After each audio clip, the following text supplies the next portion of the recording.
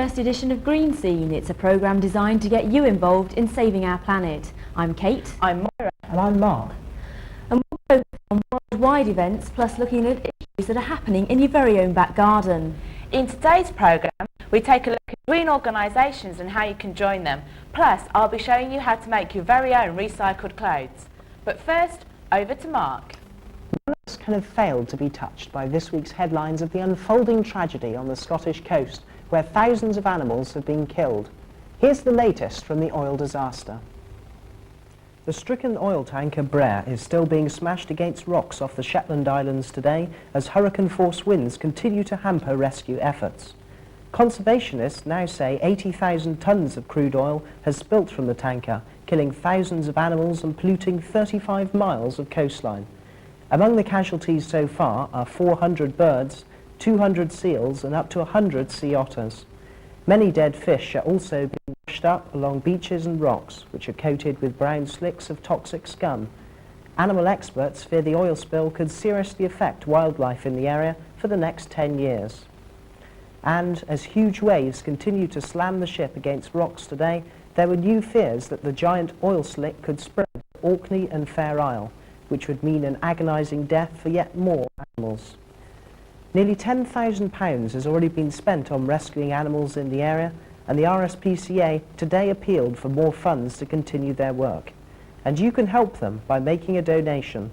Simply ring the RSPCA's free phone number on 0500 343 536. That's 0500 343 536. Now, the fashion world is always changing, and it's not easy to keep up with what's in each year. As clothes get more and more expensive, people are turning to second-hand shops and jumble sales to hunt out their bargains. But a group of people in Birmingham have opened a shop which they think solves the problem. It's called Scrap Scrap and sells hats, jackets and bags, all made out of old blankets and bedspreads, things that people would normally throw away.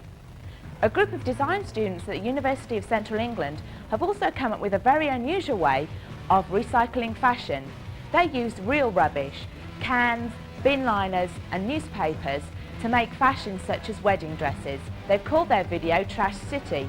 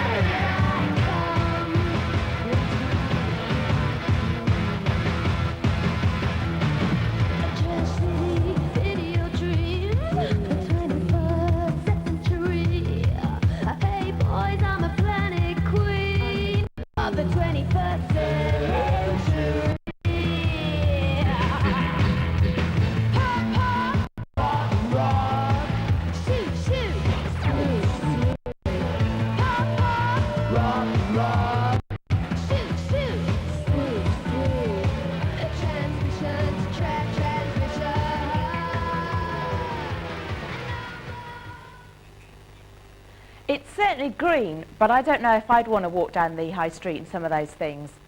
So you could always have a go at making this serape. It's made out of an old blanket. Perhaps a relative's got one you could use, or I got this one from a jumble sale. The blanket needs to be 152 centimetres long and 110 centimetres wide, and halfway across one end I've cut a slit down the material that's 75 centimetres long. You'll need to turn under the ends you've cut and sew them down to make sure they don't fray. Once you've done that, you might like to brighten up your blanket by doing some blanket stitching. Here I'm using some wool that I've unpicked from a jumper I bought at a jumble sale.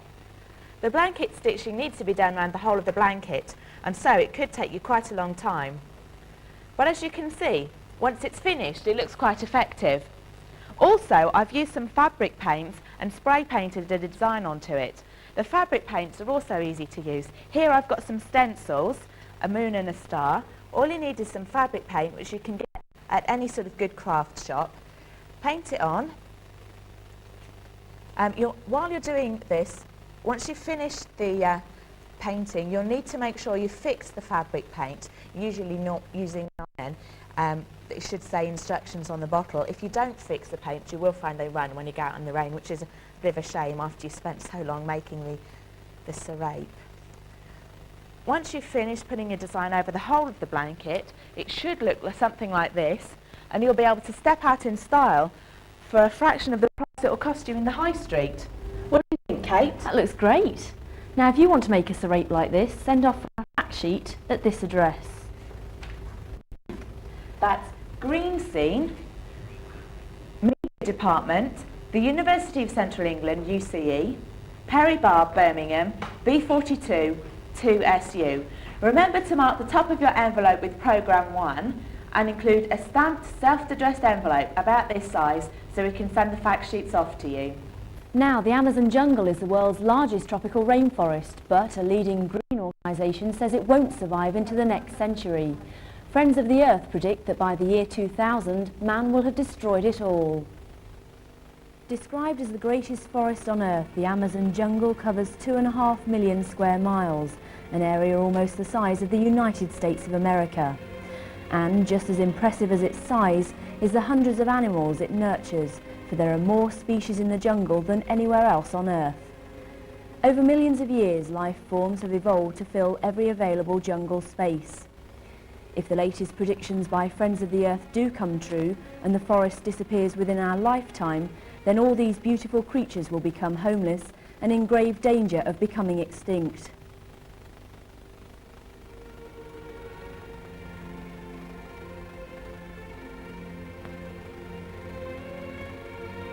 The biggest threat to the animals comes from the large multinational businesses that cause enormous destruction to the jungle.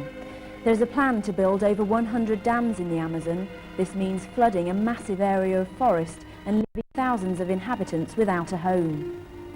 In 1988, the Yanomamo Reserve was invaded by 40,000 illegal gold prospectors, the latest and most dangerous threat to their survival. So whatever their business is, whether it's banking, fast food or digging for gold, it's these kinds of organisations that contribute most to the speed of jungle destruction. Some companies harvest trees for timber, others are searching for minerals, oils and power, and some are clearing thousands of acres of land for ranching. Every year an area the size of Belgium is obliterated to make way for the money-grabbing concerns. Massive areas of woodland are burnt and the vast open spaces provide cheap land for the big businesses, despite the devastation it's causing. So the outlook for the world's most spectacular animal kingdom is looking increasingly bleak. It's gradually being destroyed in front of our very eyes. If it is obliterated by man, upsetting the ecological balance, the effects on the environment worldwide will be devastating. So Friends of the Earth are issuing a plea, asking each of us to do our bit to help stop the erosion of the greatest forest on Earth before it really is too late. Many forests, like the Amazon, are failed to produce wood pulp to keep the world supplied with paper. Now environmental groups are trying to make sure that the rate of felling is slowed down by encouraging people to recycle the paper they use. One of these groups is Friends of the Earth, And their information officer for Birmingham, David Clare, is here with me in the studio. Thanks for coming in, David. How much paper is recycled in the UK? About a third of all the paper that's used. There's about 10 million metric tonnes of paper used in this country every year. And we recycle about 30%, 33% of it. And what sort of paper can people recycle? Almost everything from high-grade computer paper down to newspaper, very low-grade cardboard, almost anything really. And what sort of paper does this recycled product produce? Well, it can produce all kinds, all grades of paper, all colours. The high-grade papers can go to be made into new computer paper. The low-grade papers can go for new newspaper, toilet rolls, you name it, a tremendous variety. Where can people take their paper to get it recycled? Well, in the Birmingham area, there's plenty of sites. If the people contacted the recycling officers for Birmingham, then they'd tell them a site near them. Why do you think that paper recycling is so important? Well, there's a massive quantity of paper used in Britain every year. If we didn't recycle it, we'd destroy a tremendous number of forests and have to plant many more in very sensitive areas. There's also an interest for the industry to recycle because there's a saving of energy. There's quite a saving of energy for making recycled paper compared to virgin pulp. Earlier on we saw an article on recycled clothing, and now we're talking about recycling paper. Why is recycling becoming so important in Britain today? For various reasons. The government are beginning to realise that there's not much landfill sites left. They need to recycle rather than throw away. The public themselves are also realising that it's very important. They see on television, see in the press that it's important to recycle things, everything really. So it's coming from both ends really. Local authorities also have got the facilities for people to recycle. So it's beginning to all come together. So it's definitely a growing industry then, recycling? It needs to be. In Britain we recycle only about 3% of all the waste that local authorities take. So there's tremendous possibilities if only people will realise it. Thanks a lot for coming in, David. Now, on to this week's Green File, which takes a look at the UK's top 5 green groups. Mark has the details.